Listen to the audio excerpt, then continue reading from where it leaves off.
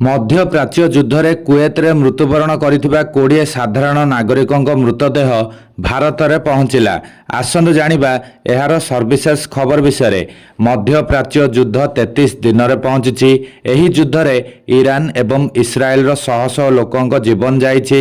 ଯୁଦ୍ଧ ଭାରତ ସମେତ ଅନ୍ୟାନ୍ୟ ଦେଶଗୁଡ଼ିକୁ ମଧ୍ୟ ପ୍ରଭାବିତ କରିଛି। ଇରାନ ଆକ୍ରମଣରେ କୁଏତରେ ଅନେକ ଭାରତୀୟଙ୍କର ମୃତ୍ୟୁ ହୋଇଛି। ମଙ୍ଗଳବାର ବୁଧବାର ବିଳମ୍ବିତ ରାତିରେ କୁଏତ ଏୟାରୱେଜର ଏକ ସ୍ୱତନ୍ତ୍ର ବିମାନ କେରଳର ଏର୍ଣ୍ଣାକୁଲମରେ ଥିବା କୋଚିନ୍ ଆନ୍ତର୍ଜାତୀୟ ବିମାନ ବନ୍ଦରରେ ଅବତରଣ କରିଛି। ଏଥିରେ 20 ଜଣ ସାଧାରଣ ନାଗରିକଙ୍କର ମୃତଦେହ ରହିଛି। ଭାରତୀୟ ବୈଦେଶିକ ମନ୍ତ୍ରଣାଳୟ ଯୁଦ୍ଧରେ 8 ଜଣ ଭାରତୀୟଙ୍କର ମୃତ୍ୟୁ ହୋଇଥିବା ଦାବି କରୁଛି। ମୃତଦେହ ସତ୍ୟର ପ୍ରମାଣ ଦେଉଛି ନା ବୈଦେଶିକ ମନ୍ତ୍ରଣାଳୟ ସତ କହୁଛି ସେ ନେଇ ପ୍ରଶ୍ନ ଉଠିବାରେ ଲାଗିଛି। ବୈଦେଶିକ ମନ୍ତ୍ରଣାଳୟ ଅନୁଯାୟୀ ସଂଘର୍ଷ ଯୋଗୁଁ ଏ ପର୍ଯ୍ୟନ୍ତ ପ୍ରାୟ 55 ଲକ୍ଷ ଯାତ୍ରୀ ଭାରତ ଫେରି ଆସିଛନ୍ତି। ଭାରତୀୟ ଦୂତାବାସ ପ୍ରଭାବିତ ପରିବାରଗୁଡ଼ିକୁ ସକ୍ରିୟ ଭାବେ ସାହାଯ୍ୟ କରୁଛି ଏବଂ ମୃତଦେହ ଆଣିବାକୁ ଚେଷ୍ଟା କରୁଛି।